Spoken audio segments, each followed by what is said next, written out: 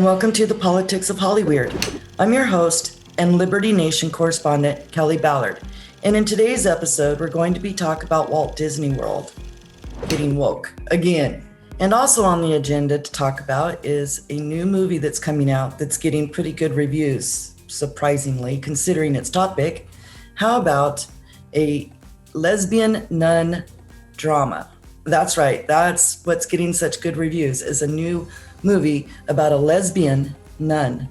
So before we get into that, let's go look at Orlando, Florida, and Disney World's newest woke moment and the backlash they're getting from it.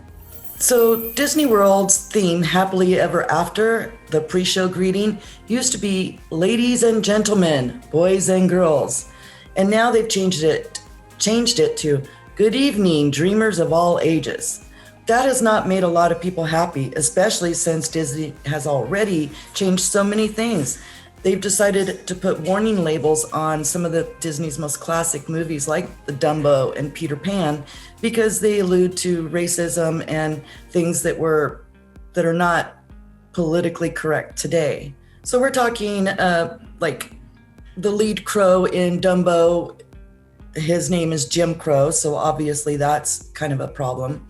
And in Peter Pan, because they use the term redskins and then they dance around with Native American headdresses, which they consider a form of mockery of the Native people's culture and imagery. And then they also changed a song in that movie called What Makes the Red Man Red. They've changed it to What Makes the Brave Man Brave. And then Lady and the Tramp, one of my favorites, the Siamese cats, they're criticized because, they're stereotyping Asians. But that's not all. It's also in the dog pound when you have the Boris, the Russian dog, and also the Mexican Chihuahua. And then in Jungle Book, the biggest gripe there is King Louie, the ape. And people feel that he's a racist stereotype for Black people. And of course, there's the aristocrats, and they're the one cat who's singing Chinese words while playing the piano with a pair of chopsticks. But that's not all. We also have the rides and attractions that are being changed too. For example, the Jungle Cruise, which opened in 1955, it is now closed because crews are working to update it to remove any negative connotations of the Native people.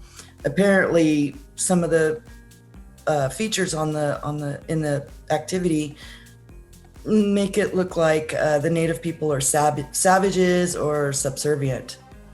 Splash Mountain, that's also being overhauled because it was based on the 1946 film Song of the South. And then finally, we have Snow White.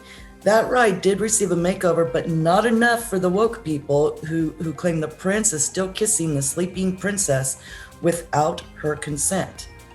A reviewer wrote this: a kiss he gives her without her consent while she's asleep, which cannot possibly be true love if only one person knows it's happening. That's what they're really upset about now, so that's another thing that's probably going to have to change about Snow White. Okay, moving away from Disney World, let's go to the nun drama. It's called Benedetta, and it premiered at the 2021 Cannes Film Festival.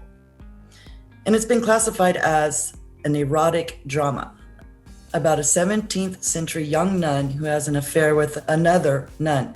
So an erotic drama about nuns. Yeah.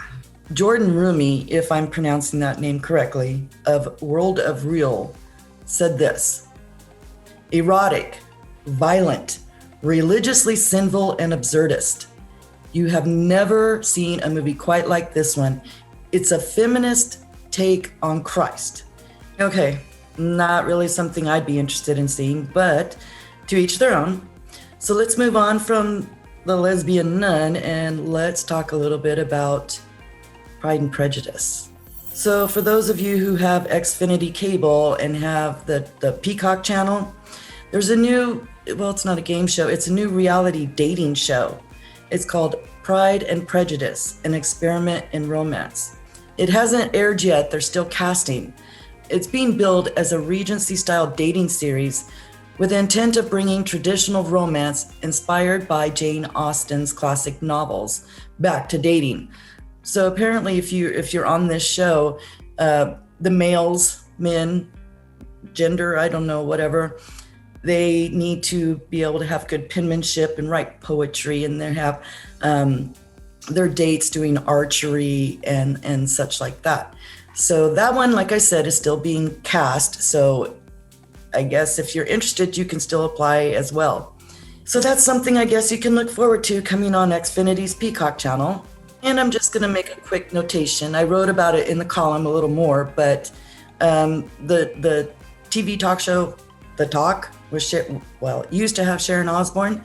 She's out, and Jerry O'Connell is in. So read more about it in my article if you'd like. That's it for this episode of HollyWeird. Be sure to visit LibertyNation.com for more episodes and intriguing stories from the LN staff. Until next time.